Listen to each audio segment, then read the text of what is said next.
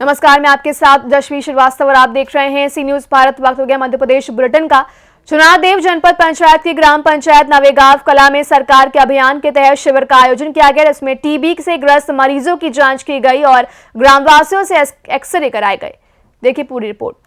छिंदवाड़ा में जैसे कि सरकार के द्वारा चलाए जा रहे अभियान के तहत आज जनपद पंचायत चुनारदेव की ग्राम पंचायत नवेगांव कला पर शिविर का आयोजन किया गया, जो कि टीबी से ग्रस्त मरीजों की जांच की गई, जिस पर ग्रामवासियों ने अपने एक्सरे कराया एवं स्वास्थ्य विभाग द्वारा किए गए जांच के दौरान स्वास्थ्य विभाग एवं ग्राम पंचायत सरपंच मानक लाल ठाकुर, सचिव सेक्टर सुपरवाइजर शशि ढोने, ANM शारदा धुर्वे, आशा सहयोगी अर्पण सक्सेना, सुनीता ठाकुर एवं NCHO मंकू घाटी, खुमकाल, मदनी, मालिनी के सभी लोग उपस्थित रहे।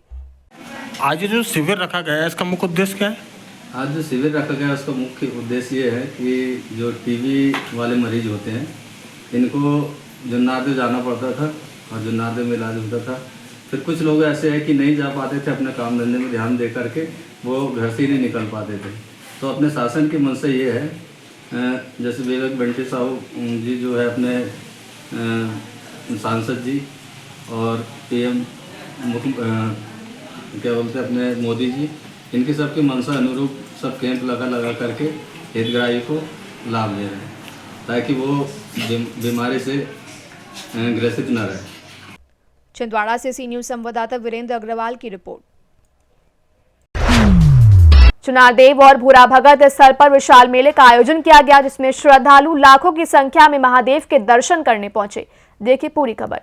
महाशिवरात्रि के पावन अवसर पर ग्राम पंचायत चुनारदेव, जिसे हम पहली पोरी के नाम से जानते हैं, इस स्थल पर एवं भूरा भगत स्थल पर विशाल मेले का आयोजन किया जाता है। महाशिवरात्रि के 15 दिन पहले से श्रद्धालु दूर दराज से लाखों की संख्या में महादेव महाकाल के दर्शन करने आते हैं। इस स्थल पर जन भागीदारी समिति द्वारा जनपद पंचायत चुनारदेव के सभा कक्ष पर चुनारदेव विशाला तीर्थ स्थल एवं भूरा भगत तीर्थ स्थल की नीलामी की गई, जिसमें चुनारदेव विशाला मेले की बोली सरकारी बोली से कम होने पर नीलामी स्थगित की गई। तो वहीं भूरा भगत तीर्थ स्थल के लिए 14 कॉन्ट्रैक्टर ने अपनी जमानत राशि के साथ बोली नीलामी बोली में बढ़ चढ़कर बोली लगाई, परंतु ऋषभ साहू ने कहा ठेका 6,11,623 रुपए में हासिल किया। इस अवसर पर अनुविभागीय दंडाधिकारी कामनी ठाकुर, जनपद CEO रश्मि चौहान, जनपद अध्यक्ष सविता बोसम, AO शोभित श्रीवास्तव, भलावी पंचायत इंस्पेक्टर AK सोनी, लेखपाल बारू धुर्वे, सभी गणमान्य नागरिकों की उपस्थिति में नीलामी की गई। छिंदवाड़ा से सी न्यूज संवाददाता वीरेंद्र अग्रवाल की रिपोर्ट। नीमच में 10 फरवरी को राम निवास द्वारा आयोजित शादी समारोह और रिसेप्शन में एक खास दृश्य देखने को मिला, जहां ऑर्केस्ट्रा या संगीत के बजाय उज्जैन से आए पंडित जी ने महाकाल की आरती की और दूल्हा दुल्हन के साथ सभी मेहमानों को इस शुभ अवसर पर भागीदारी बनाया। देखिए पूरी रिपोर्ट।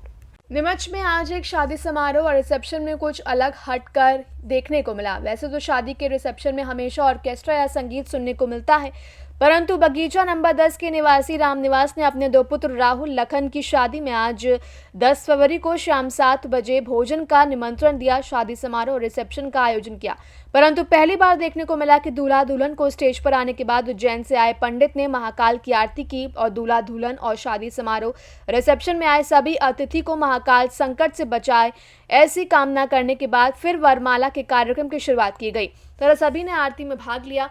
गेस्ट के रूप में आए हीरालाल ठेकेदार, पप्पू देवरिया, कमल माली, पारस माली, श्याम शर्मा आदि ने बताया कि पहली बार शादी के रिसेप्शन में ऑर्केस्ट्रा की बजाय महाकाल की आरती देखने को मिली।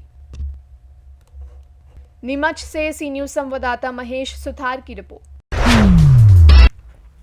शिवपुरी में केंद्रीय मंत्री ज्योतिरादित्य सिंधिया ने कोलारस में जनता दरबार लगाया और 522 आवेदनों का मौके पर निराकरण किया। इस दौरान उन्होंने कहा कि सभी आवेदन सोने के समान हैं और अधिकारियों को समस्याओं के त्वरित समाधान के निर्देश दिए। देखिए पूरी खबर विस्तार से। शिवपुरी में केंद्रीय संचार मंत्री और शिवपुरी गुना सांसद ज्योतिरादित्य सिंधिया ने सोमवार को अपने 4 दिवसीय दौरे के तहत कोलारस में जनता दरबार लगाया। इस दौरान उन्होंने संसदीय क्षेत्र के लोगों की समस्याएं सुनी और अधिकारियों को उनके निराकरण के निर्देश दिए। सिंधिया ने कहा कि अब लोगों को परेशान होने की जरूरत नहीं है, क्योंकि सरकार खुद उनके द्वार आ रही है। उन्होंने कहा कि देश के प्रधानमंत्री ने कहा है कि जनता सरकार के पास नहीं, बल्कि सरकार जनता के पास जाएगी।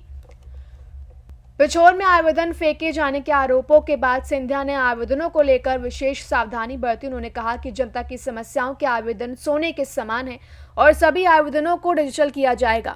सिंधिया ने सोमवार को अपने दौरे की शुरुआत गुना से की। वे बिजनौनी और रामगढ़ भी गए, जहां उन्होंने हाल ही में गुजरात में हुए बस हादसे में मारे गए लोगों के परिजनों से मुलाकात की और शोक संवेदना व्यक्त की। कुल मिलाकर करीब 2000 आवेदन प्राप्त हुए हैं और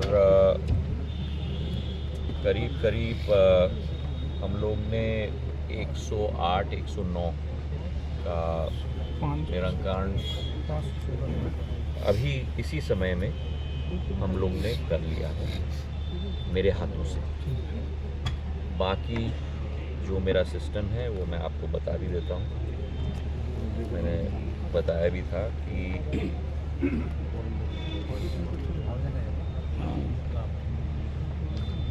मेरा सिस्टम ऐसा है। सागर आतड़ा ये आपको उदाहरण के तौर पे मैं चंदेरी और गुना का दिखा रहा हूँ। इसमें हरे में है जिनका समाधान हो चुका है, पीले में है जिनका समाधान निर्माणाधीन है और लाल हैं जो नियम के अनुसार अनुचित पाए गए और सफ़ेद में है जो अभी वर्तमान में भी पेंडिंग है। 10 तारीख को मेरा प्रवास हुआ था जहाँ चंदेरी और गुना की जन सुनवाई हमने की थी 10 जनवरी को, और उसका मैंने शुरू किया 15 जनवरी से स्टेटस अपडेट लेने का। और ये रोज़ का स्टेटस अपडेट है, आप देख सकते हैं, जो प्रशासन हमें भेजता है और मैं धन्यवाद देना चाहता हूँ प्रशासन को। और मेरे इस दौरे पर आने के पहले 357 स्वीकृत हो चुके थे। टोटल थे 493 चंदेरी में, 357 स्वीकृत हो गए, 0 निर्माणाधीन है, 136 का आवेदनों का नियम अनुसार नहीं हो पाया। शिवपुरी से सी न्यूज़ संवाददाता विनोद सिकरवार के साथ ऋषि गोस्वामी की रिपोर्ट। सिवनी मावला में हनुमान जी के प्राचीन मंदिर में आयोजित अमृत वर्षा के पंचम दिवस की ज्ञान गंगा कथा में व्यासपीठ से नागर जी ने बताया कि जहां प्रभु की कथा और भक्त होते हैं वहां भगवान स्वयं आते हैं। देखिए पूरी रिपोर्ट। सिवनी मावला में हनुमान की अति प्राचीन मंदिर दुधियाबड़ के पास संत श्री के मुखारबिंद से हो रही अमृत वर्षा के पंचम दिवस की ज्ञान गंगा कथा में व्यासपीठ से नागर ने बताया कि जहां प्रभु कथा और प्रभु के उत्सव के साथ सच्चे भक्त होते हैं और जहां सच्चे भक्त होते हैं वहां भगवान को आना ही पड़ता है। उन्होंने बताया कि श्री कृष्ण के जन्म के बाद नदियों का जलस्तर बढ़ गया, विद्यार्थियों का ज्ञान बढ़ गया, पृथ्वी हरी भरी हो गई, आकाश से बाजे बजने लगी, देवता पुष्प वर्षा करने लगे, ऋषि मुनि वेद पाठ करने लगे, पूरी सृष्टि में ईश्वर कृपा की अनुभूति होने लगी।